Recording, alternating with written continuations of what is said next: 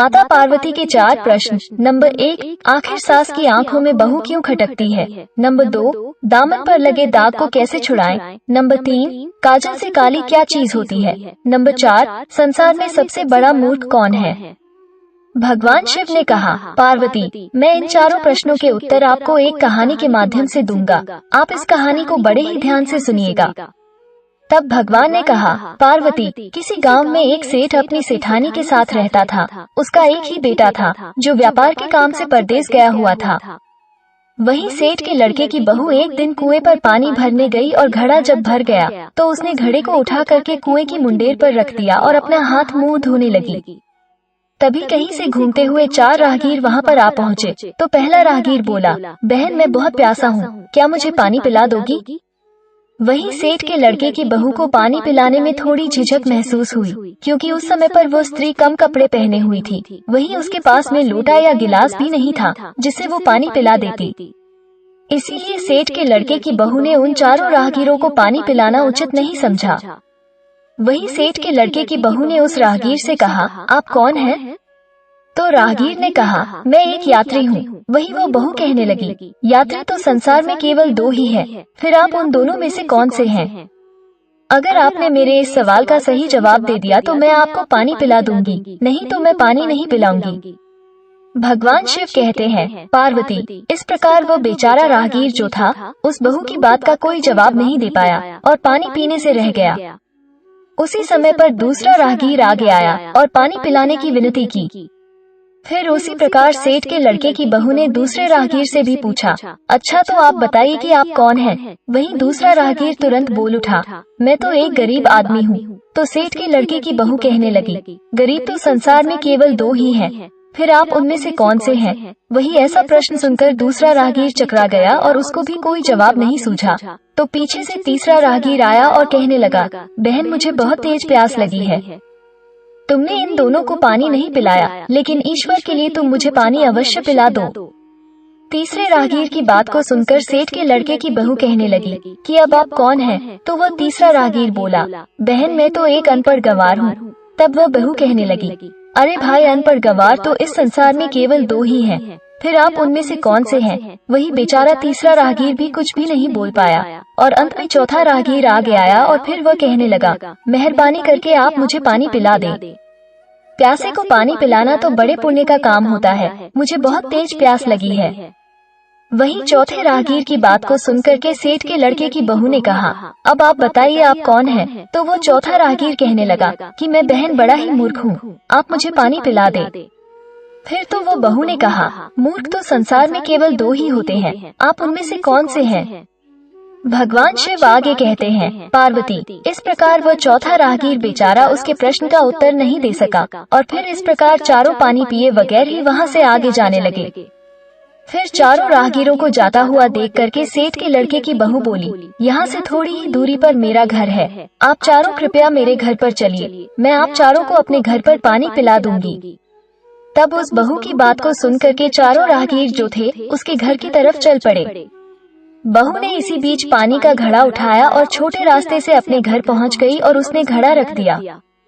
वही जितनी देर में उस बहू ने ठीक तरह से कपड़े पहने, उतने ही समय में वो चारों राहगीर जो थे उसके घर पर पहुंच गए।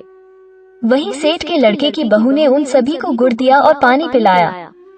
पानी पीने के बाद में वो राहगीर जो थे अपनी अपनी राह पर चल पड़े।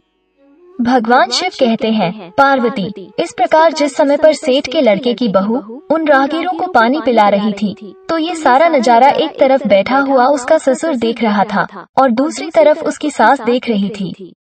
वहीं ऐसा देख करके सेठ को और उसकी सेठानी को बहुत बड़ा दुख हुआ और वो सोचने लगे कि इसका पति तो व्यापार करने के लिए प्रदेश गया है और यह उसकी गैरहाजिरी में पराये मर्दों को घर पर बुलाती है और उनके साथ हंसती बोलती है, इसे तो मेरी और अपनी सास की भी लिहाज नहीं है।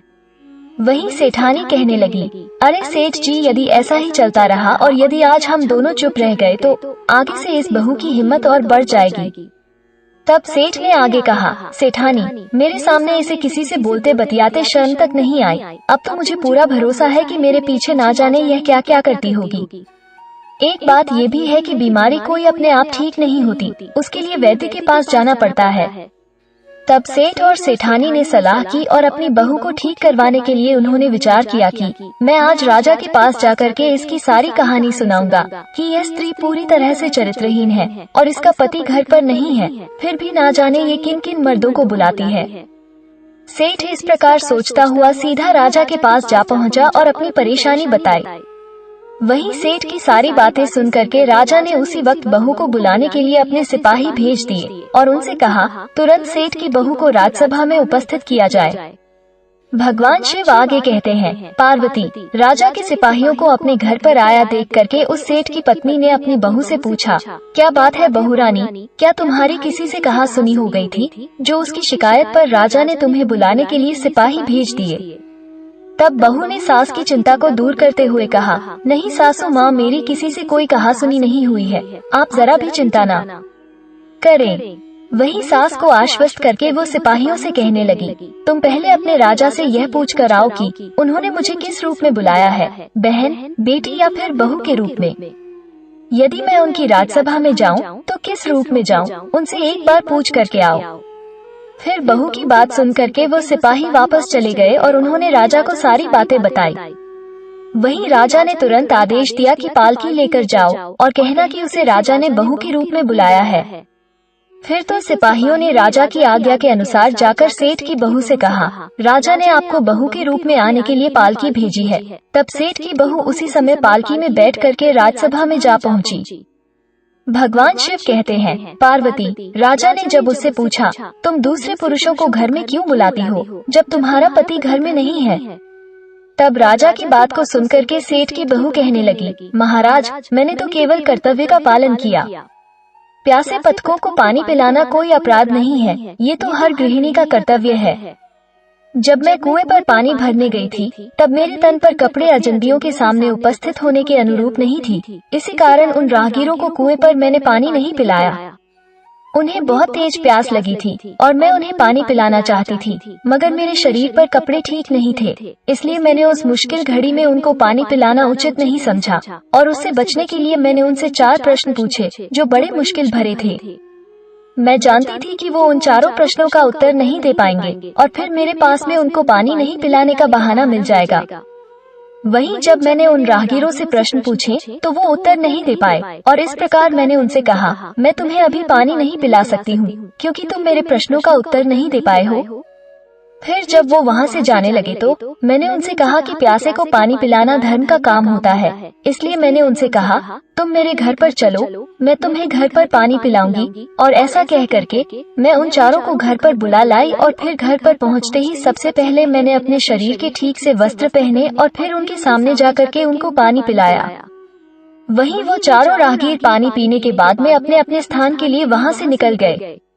भगवान शिव कहते हैं, पार्वती, फिर राजा को बहू की बात ठीक लगी तो राजा को उन प्रश्नों के बारे में जानने की बड़ी उत्सुकता हुई जो बहू ने चारों राहगीरों से पूछे थे। वही राजा ने सेठ की बहू से कहा, भला मैं भी तो सुनूं कि वो कौन से प्रश्न थे जिनका उत्तर वो राहगीर नहीं दे पाए। फिर तो बहू ने वो चारों प्रश्न दोहरा दिए। वही बहू के प्रश्न सुन करके राजा और सभासद चकित रह गए। फिर राजा ने बहू से कहा, तुम खुद ही इन प्रश्नों के उत्तर दो, अब हम तुमसे ही इन प्रश्नों के उत्तर जानना चाहते हैं। तब सेठ की बहू कहने लगी, महाराज, मेरी दृष्टि में पहले प्रश्न का उत्तर है कि संसार में केवल सिर्फ 2 ही यात्री हैं, सूर्य और चंद्रमा। मेरे दूसरे प्रश्न का उत्तर है कि बहू और गाय, इस पृथ्वी पर ऐसे 2 प्राणी हैं जो गरीब हैं। अब मैं तीसरे प्रश्न का उत्तर सुनाती हूँ। महाराज, हर इंसान के साथ हमेशा अनपढ़ गंवारों की तरह जो हमेशा चलते रहते हैं वो भोजन और पानी है। वही मुझसे चौथे राहगीर ने कहा था कि वो मूर्ख है और जब मैंने उससे पूछा कि मूर्ख तो 2 ही होते हैं, तुम उनमें से कौन से मूर्ख हो, तो वो उत्तर नहीं दे पाया। इतना कह करके फिर सेठ की बहू चुप हो गई। भगवान शिव आगे कहते हैं, पार्वती, फिर राजा ने बड़े आश्चर्य से पूछा, क्या तुम्हारी नजर में इस संसार में केवल 2 ही मूर्ख हैं? तो सेठ की बहू ने कहा, हाँ महाराज, इस घड़ी, इस समय मेरी नजर में केवल 2 ही मूर्ख हैं। तो राजा ने कहा, तुरंत बतलाओ वे दोनों मूर्ख कौन हैं? वहीं इस पर सेठ के लड़के की बहू बोली, महाराज, यदि मेरी जान बख्श दी जाए तो मैं इसका उत्तर दे सकती हूँ। वही राजा को ये जानने की बड़ी उत्सुकता थी कि वो दो मूर्ख कौन हैं। तब राजा ने उस सेठ के लड़के की बहू से कहा कि तुम निसंकोच हो करके कहो, हम वचन देते हैं तुम्हें कोई सजा नहीं दी जाएगी। फिर राजा की बात को सुनकर के सेठ की बहू कहने लगी, महाराज मेरे सामने इस वक्त पर बस दो ही मूर्ख हैं। फिर अपने ससुर की ओर हाथ जोड़कर कहने लगी, महाराज पहले मूर्ख तो मेरे ससुर जी हैं, जिन्होंने पूरी बात जाने बिना ही अपनी बहू की शिकायत राज दरबार में आकर की। यदि इनको और हमारी सास को मुझ पर शक हुआ ही था तो ये सबसे पहले मुझसे ही पूछ लेते, मैं खुद ही इन्हें सारी बात बता देती। इस तरह कम से कम घर परिवार की बेइज्जती इस राज दरबार में तो नहीं होती। वहीं अपनी बहू की बात को सुन करके सेठ को अपनी गलती का एहसास हुआ और फिर वह भरी सभा में माफी मांगने लगा और बहुत ज्यादा कायल हुआ। इस प्रकार वो सेठ राज दरबार में मुंह दिखाने के काबिल भी नहीं रहा, क्योंकि उसने अपने उज्जवल चरित्र वाली बहू की झूठी बदनामी करके उसके दामन पर झूठा दाग लगाया था। इसलिए कभी भी बिना सोचे विचारे कोई कार्य नहीं करना चाहिए।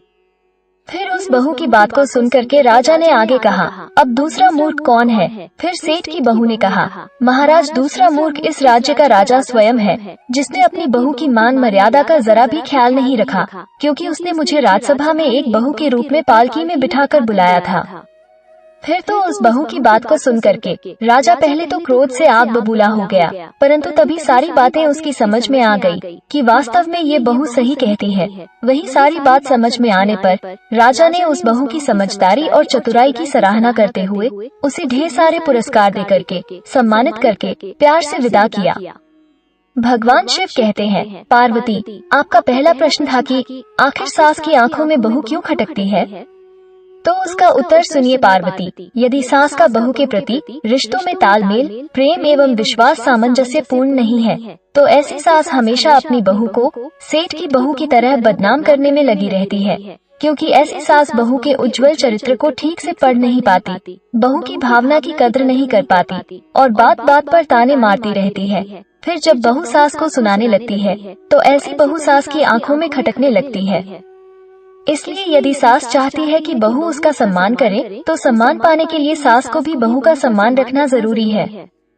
भगवान शिव कहते हैं, पार्वती आपका दूसरा प्रश्न था कि दामन पर लगे दाग को कैसे छुड़ा सकते हैं, तो समझ लीजिए पार्वती, यदि वास्तव में आप चरित्रवान हैं और यदि किसी ने आपके दामन पर झूठा दाग लगा दिया है, तो समझ लीजिए सत्य ही ईश्वर है और सत्य की जीत अवश्य होती है और असत्य को हारना पड़ता है। धर्म पर चलने वाले स्त्री पुरुष को ईश्वर इतनी शक्ति अवश्य देता है जो कि झूठा दाग लगाने वाले को मुंह की खानी पड़ती है। जिस तरह सेठ के लड़के की बहू ने अपने दामन पर लगे दाग को मिटा दिया और राजा के द्वारा इनाम भी पा लिया।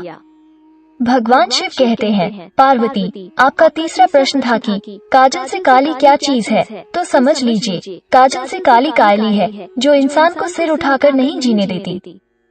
जिस प्रकार सेठ ने बिना सोचे विचारे अपने बेटे की बहू को भरे दरबार में बेइज्जत किया, फिर सच्चाई जान करके खुद कायल हो गया, इसलिए बिना सोचे विचारे कोई कार्य नहीं करना चाहिए। फिर भगवान शिव कहते हैं, पार्वती आपका चौथा प्रश्न था कि संसार में सबसे बड़ा मूर्ख कौन है, तो समझ लीजिए जो अपनों की मान मर्यादा ताक में रखते, उससे बड़ा मूर्ख कोई नहीं होता। जैसे इस कहानी के अनुसार सेठ और राजा दोनों को ही मूर्ख बताया गया। इसलिए हमेशा ध्यान रखें कि बहू घर की लक्ष्मी होती है जो घर को स्वर्ग बना देती है। इसलिए सास ससुर बहू बेटा सबको एक दूसरे का सम्मान रखना चाहिए और जीवन को सुख पूर्वक जीना चाहिए। वीडियो अच्छी लगी हो तो लाइक शेयर और ऐसे ही वीडियो को देखने के लिए हमारे चैनल को सब्सक्राइब जरूर करें। धन्यवाद।